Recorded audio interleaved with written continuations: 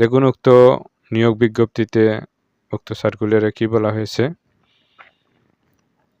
এখানে চিকিৎসা কর্মকর্তা পদের সংখ্যা 1, চিকিৎসা কর্মকর্তা অস্থায়ী রাজস্ব 1, তারপর আরও অনেক পদ আছে, যেমন পরিসংখ্যান কর্মকর্তা পদের সংখ্যা 1, অর্থ কর্মকর্তা পদের সংখ্যা 1, নিরাপত্তা কর্মকর্তা পদের সংখ্যা 1 জন।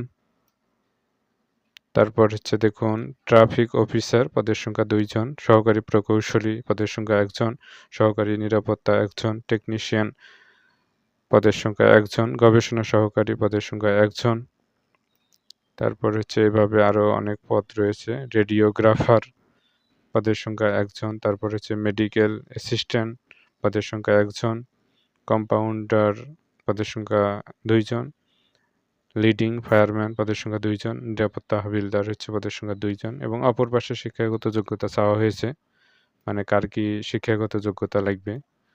তারপর হচ্ছে সুইপার কাম মালি পদের সংখ্যা 2 জন, আর হচ্ছে নিরাপত্তা প্রহরী পদের সংখ্যা 118, এটা সবচেয়ে বড় নিরাপত্তা প্রহরী। এর জন্য মাধ্যমিক স্কুল সার্টিফিকেট পরীক্ষায় উত্তীর্ণ চাওয়া হয়েছে। আর হচ্ছে খ, অস্ত্র বিষয়ে আনসারের ৭০ দিন ব্যাপী মৌলিক প্রশিক্ষণের সনদপ্রাপ্ত থাকতে হবে।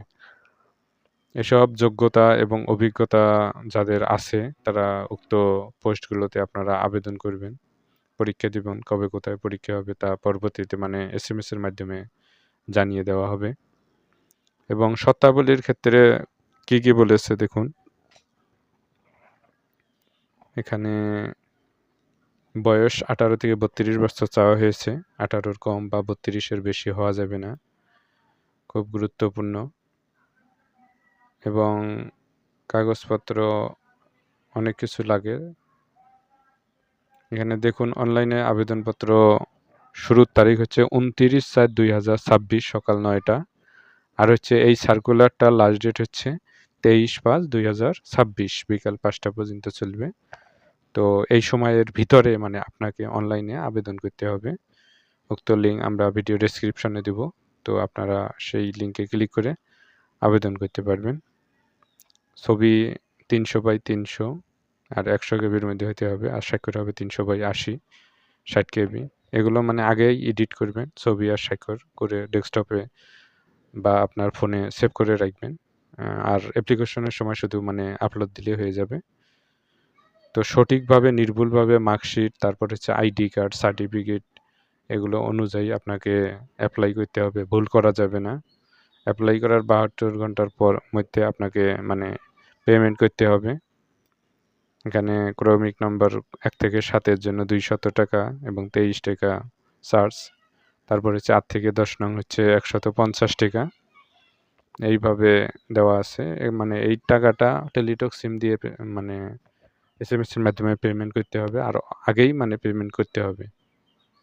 এজন্য টেলিটক সিমে আপনাকে আগেই পূর্বেই মানে টাকা রিচার্জ করে রাখতে হবে। এবং কিভাবে SMS করবেন তা উক্ত সার্কুলারে দেওয়াই রয়েছে, আপনারা সেইভাবেই SMS করবেন। এবং অ্যাপ্লিকেশনের সময় ধৈর্য ধরে অ্যাপ্লিকেশন করবেন, ভুল করা যাবে না। ভুল করলে অনেক ক্ষেত্রে মানে সমস্যা হয় বা পরবর্তীতে SMS আসে না, এগুলো খুব সিরিয়াস। এবার এজন্য সঠিকভাবে আপনারা আবেদন করবেন সময় নিয়ে। ভিউয়ার্স, জবের এরকম নিত্য নতুন আপডেট ভিডিও পেতে অবশ্যই আমাদের চ্যানেলকে যারা এখনও সাবস্ক্রাইব করেননি সকলে সাবস্ক্রাইব করবেন এবং আমাদের সঙ্গেই থাকবেন, আমাদের চ্যানেলের সঙ্গেই থাকবেন। ধন্যবাদ আপনাদের সকলকে।